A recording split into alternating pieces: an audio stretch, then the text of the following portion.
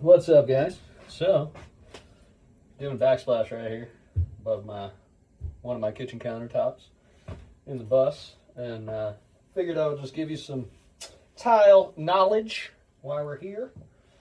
So this is a tile I decided to go with.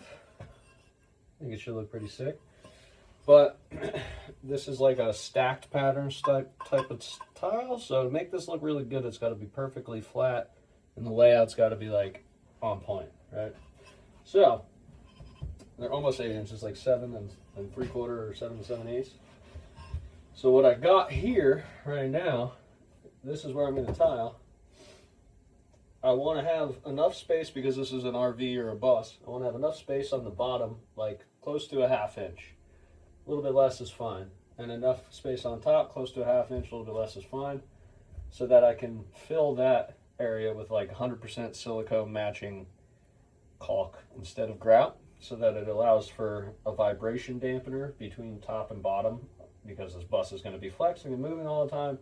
We need that, otherwise this tile is going to not do what I want it to do, which is stay on the fucking wall.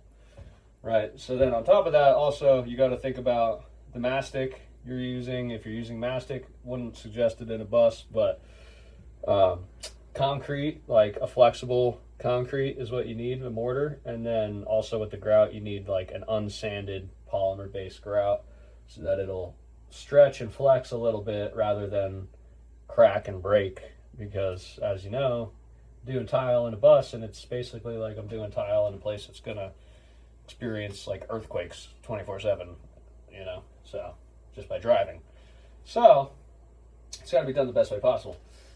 And then, so my layout being that I got these, I want a 1/2 inch on top and on bottom for caulking, right? So this is a little strip I cut, hair less than a 1/2 inch. I'm going to lay down right here. And this is for all the tiles to sit on when I'm doing the tile job, so they don't sag and fuck up my whole layout. You got to do that. And then you got something for your first row of tiles to actually like rest on, so they're not sinking. And then we start there, right? I got, bam, a tile sitting on where it's going to sit on that flat plane. And then I have my next tile with a grout joint. I'm probably going to do about a little bit heavier than an 1/8 grout joint. And then you see that almost 3/4, about an inch that I have there, extra space, right? If I wanted, I could cut all the tiles that tiny little bit, but my eye, I don't really like the look of that. I would rather make the layout perfect for the tile, so you have full tile, top to bottom, edge to edge. It's a small area, you know, so if I can do it, I'm always going to do it. In this case, I can do it. So right here, I'm going to add a little bit more tongue groove, so that I got full to full with my a little bit less than 1/2 inch grout joint to do silicone in. So that means I had to rip down a piece, very 3/4, you know, and then rip it down thinner, because my board's already here, so I can still fit it into the tongue.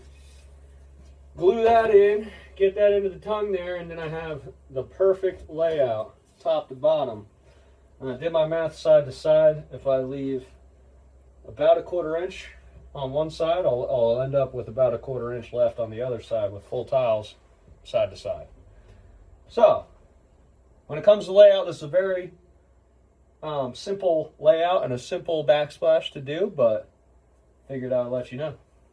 And in case you were ever gonna fucking do some shit like this, probably not, but in case you were, get a little fucking knowledge on your layout beforehand.